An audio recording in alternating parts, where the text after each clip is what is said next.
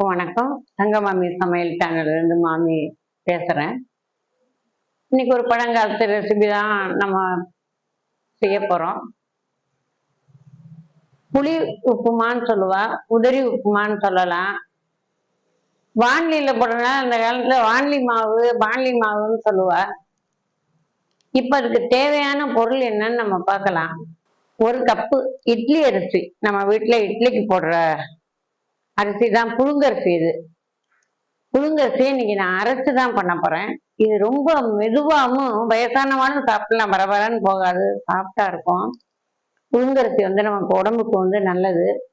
அதனால புழுங்கரிசி தான் இன்னைக்கு நான் பண்ண போறேன். புழுங்கரிசி எடுத்திருக்கேன். ஒரு 2 ஸ்பூன் துவரம்பருப்பு. ஒரு துவரம்பருப்பு சேர்த்தா இன்னும் மெதுவா இருக்கும், நமக்கு நல்ல வாசனையா இருக்கும், மெதுவா இருக்கும், சாப்பிட ரொம்ப நல்லா இருக்கும். அடுத்தது பெருங்காயம், தூள் பெருங்காயம். புளி ஒரு உருண்டை, அரிசிக்கு தேவையானது. தாளிக்க கடுகு, கடலைப்பருப்பு, உளுத்தம்பருப்பு, வரமிளகா, நல்லெண்ணெய், கருவேப்பிலை, வெங்காயம், தேவையான அளவு உப்பு. இதுதான் தேவை. இது நம்ம வீட்டுல எப்பவுமே எல்லாமே இருக்கும். இதை நம்ம அவசரமா ஒரு டிஃபனா பண்ணி கொடுத்துடலாம். புது விதமாகவும் இருக்கும், சாப்பிட ரொம்ப ருசியா சுவையா ரொம்ப நல்லா இருக்கும். இது வெங்காயம் நான் உரிச்சு வச்சிருக்கேன். இதுக்கு வெங்காயம் போட்டு பண்ண போறேன். வெங்காயம் வேண்டான்னு சாப்பிட்ற பெரியவா வெங்காயத்தை சேர்த்துக்காதவாளுக்கு பெருங்காயம் போட்டுக்கலாம். பெருங்காயம் போட்டா இன்னும் நல்லா இருக்கும். இப்ப இந்த மிளகாயை நான் அரிசி மிளகாயும் புளி எல்லாம் போட்டு 2 மணி நேரம் முன்னாடியே ஊற வச்சிடணும். ஏன்னா உடனே இது பண்ண முடியாது. அரிசியும் பருப்பு எல்லாம் நல்லா ஊறினாதான் பண்ண முடியும். இப்ப நான் 2 மணி நேரத்துக்கு முந்தி நான் ஊற வச்சிருக்கேன். இப்ப அதை உங்கள்கிட்ட காமிச்சிட்டு இதை எப்படி செய்யறதுன்னு பார்க்கலாம். நான் 1 கப் அரிசிக்கு 10 வரமிளகாய் போட்டிருக்கேன். காரம் சரியா இருக்கும். இந்த துவரம்பருப்பு அரிசி எல்லாமே நான் காலையிலேயே ஊற வச்சுட்டேன். 3 மணி நேரத்துக்கு மேல ஆச்சு. இப்ப புளி நான் இதுலயே போட்டேன். புளி தண்ணியெல்லாம் தனியா ஊத்துறது இல்லை. புளியும் இதோட சேர்ந்துக்கு பிறகு நல்லா ஊறி போச்சு. இதுலயே புளியும் போட்டாச்சு, புளி மிளகாய் எல்லாம் போட்டாச்சு. இப்ப இதுக்கு உப்பு தேவையானது போட போறேன்.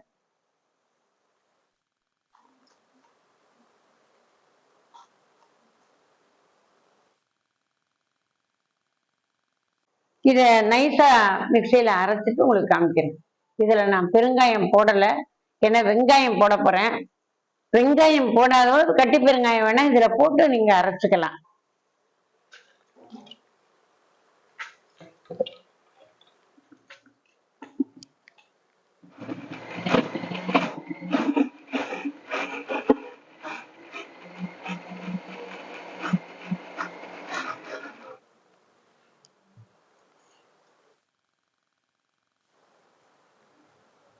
இப்ப இந்த புளி மாவுக்கு நான் நல்லா கெட்டியா அரைச்சிட்டேன். நீங்களும் இது மாதிரி அரைச்சி வச்சுக்கோங்க. இதுல புளி போட்டாச்சு, துவரம்பருப்பு, அரிசி, உப்பு எல்லாமே இதுல போட்டாச்சு. இப்ப இனிமே தாளிச்சு கொட்டி பாண்டியில அதை வறுக்க போறோம். இப்ப நல்லெண்ணெய் தான் சேர்க்க போறேன். நல்லெண்ணெய் இது ரொம்ப வாசனை தூக்கி கொடுக்கும், ரொம்ப சுவையா இருக்கும்.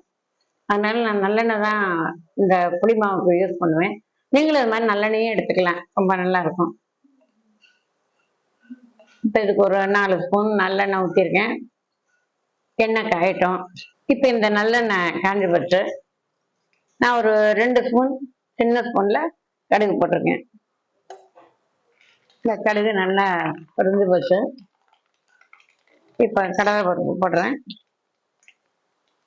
அடுத்தது உடைச்ச உளுந்து, வெங்காயம் நான் கொஞ்சம் நைஸா நறுக்கி வச்சிருக்கேன். நீங்களும் நிறைய வெங்காயம் சேர்த்தாருன்னு ரொம்ப வாசனையா இருக்கு. எவ்வளவு வெங்காயம் வேணாலும் போட்டுக்கலாம். வெங்காயம் வேண்டாங்கிறவ பெருங்காயம் போட்டு அரைச்சி இதே மாதிரி பண்ணிக்கலாம். இது நல்லா செவந்து போச்சு. இப்போ வெங்காயத்தை போடுறேன்.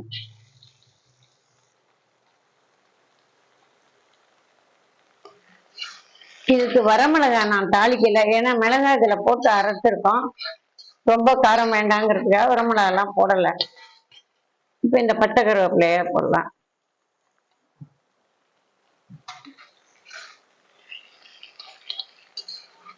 இந்த வெங்காயம் கொஞ்சம் நல்லா வதக்கிண்டா நல்லா இருக்கும். இப்போ இந்த வெங்காயம் நல்லா வதங்கி போச்சு. இப்போ நம்ம அரைச்சி வச்சிருக்கிற மாவு வந்து இதில் சேர்க்குறேன்.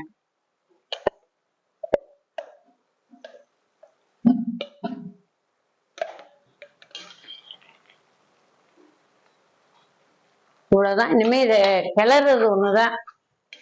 அதுவே நல்லா வேக வேக உதிர்ந்து வந்துடும், ஒத்த ஒத்தையாயிடும். எல்லாம் வீட்டுல இருக்கிற நம்ம கிட்ட இருக்கிற பொருள் தான், புழுங்கரிசி வயிற்றுக்கு ஒன்றும் செய்யாது.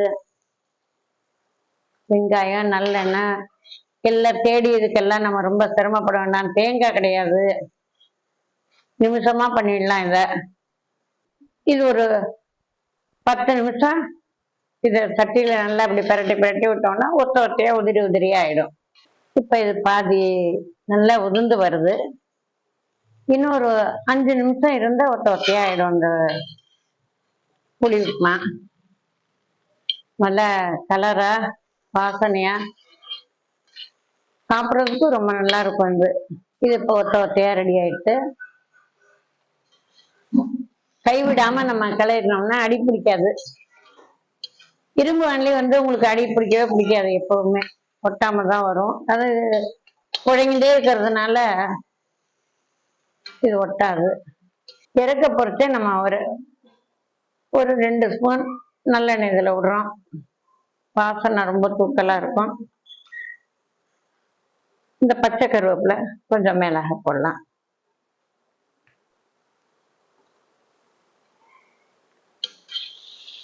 இப்போ இந்த புளி மாவு ரெடி ஆயிடுச்சு. இப்போ நான் இதை பவுல்ல மாத்திட்டு உங்களுக்கு காமிக்கிறேன். இப்போ இந்த புளி உப்புமா வாண்லி மாவு ரெடி ஆயிடுச்சு. ஒரு நல்ல டிஃபன் சுலபமா பண்ணிடலாம். நம்ம வீட்டில் இருக்கிற பொருள் போறோம். நல்ல ஒரு ஆரோக்கியமான ஒரு டிஃபன். நீங்க ஒரு நேரம் கிடைக்கும் போது இதை செஞ்சு வீட்டில் உள்ளவங்களுக்கெல்லாம் கொடுத்துட்டு எப்படி இருக்குன்னு கமெண்ட் பாக்ஸ்ல கமெண்ட் பண்ணுங்க. எங்க மாமி சமையல் சப்ஸ்கிரைப் பண்ணுங்க. உங்களோட எல்லாரோட ஆதரவும் எனக்கு வேணும். அப்பதான் நான் மறுபடியும் இதை தொடர்ந்து செய்ய முடியும். அடுத்தப்ப ஒரு நல்ல ரெசிபியோட உங்களை எல்லாரையும் சந்திக்கிறேன். நன்றி, வணக்கம்.